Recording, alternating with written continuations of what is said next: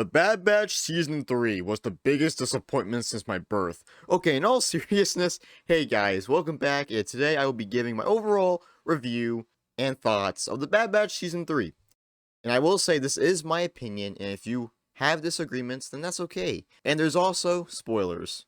So if you haven't watched The Bad Batch or Season 3, then don't watch this yet. So spoiler warning ahead.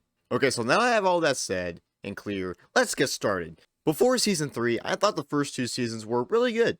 My personal favorite still being Season 1 because I thought seeing the Batch deal with the transition from the Republic to the Empire to be super intriguing, and I enjoyed it. Season 2 was more of a mixed bag for me personally. While Season 2 had great episodes, it just felt dragged out, especially with staying with Sid. And there was a lot of quote-unquote filler, but it gave a lot of character development, especially for Tech. Season 3, however, was honestly a surprise, and was actually really, I'd say it was pretty good.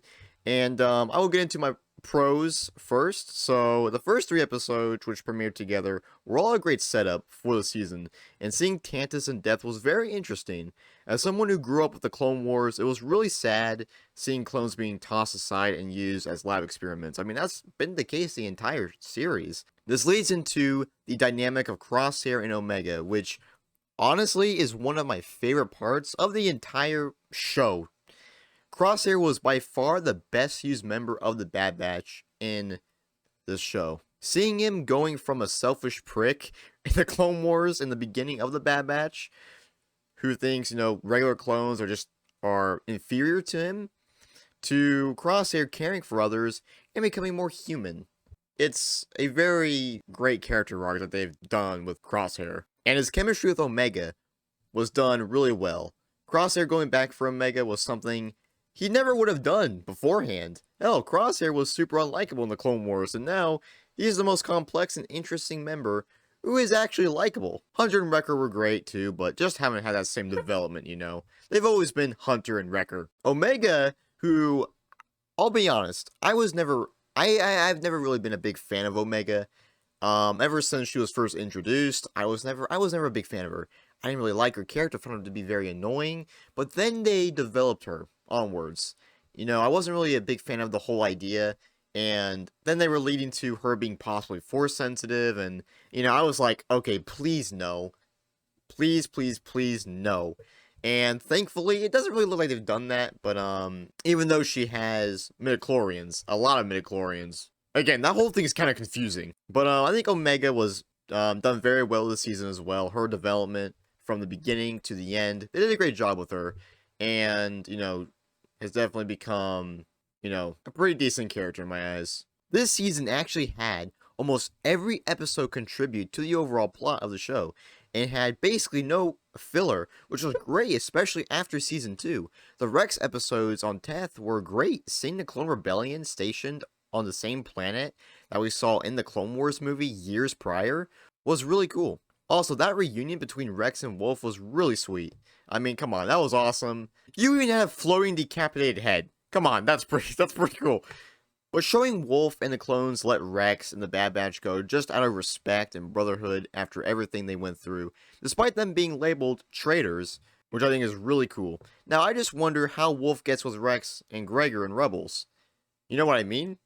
We don't have that question answered. How does Wolf desert the Empire? How does he join up with Rex and Gregor, as we see in Rebels years later? That's the big question here. The assault of Pabu by the Empire was also really well done, and really showed how menacing and tyrannical the Empire is. Then every episode from that to the finale, I thought were a great build-up. Now the final episode I thought was it was fantastic.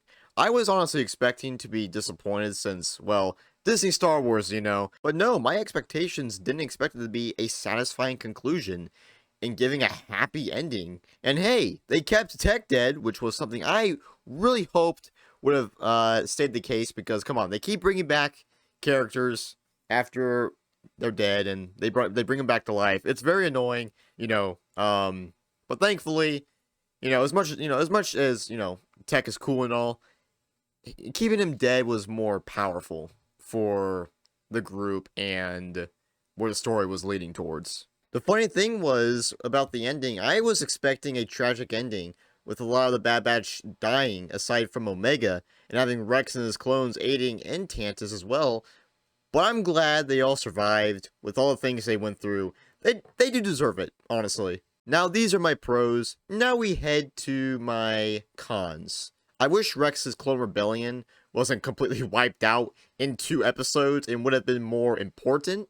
Now, it can still happen, obviously, but I do wish there was more there. And then you have Echo, who was just gone for like half the season and didn't really do anything until the final episodes. This has been a big problem for me the entire series. I wish Echo did more and give him his own episodes when he was gone, like they did with Crosshair. I mean, Echo is the original here and the last of Domino Squad, and has history. You know, he's been there since the Clone Wars, so I had hoped they would do more for him, but at least he wasn't important in the final episodes. Scourge was done super dirty this season, and the way he died was just really stupid.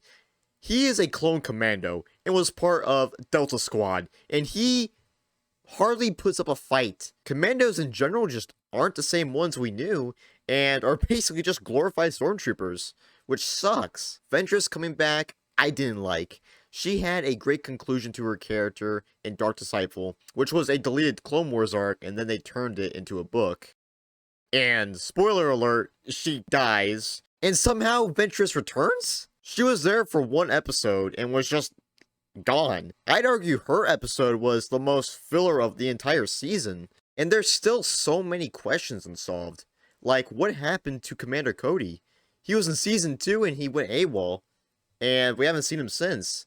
And thankfully, he isn't one of the clone assassins that we've had this season, which is great, because I feel like that would have been really, you know, disrespectful to Cody's character. You know, he was one of the original clones we first met back in the 2003 Clone Wars.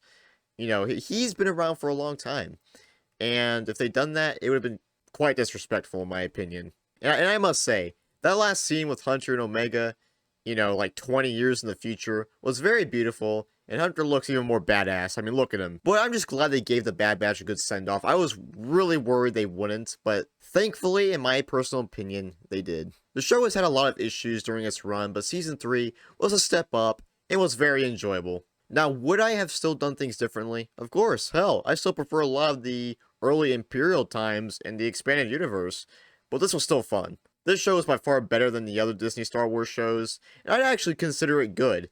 Like the other garbage shows like we get with Kenobi and Boba Fett, etc. I had a lot of fun with the Bad Batch, and I think it was a satisfying sequel to the Clone Wars. And hopefully we get more with these characters, because hey, you can't go wrong with the Bad Batch. They're really cool clones. I would love to see more of them.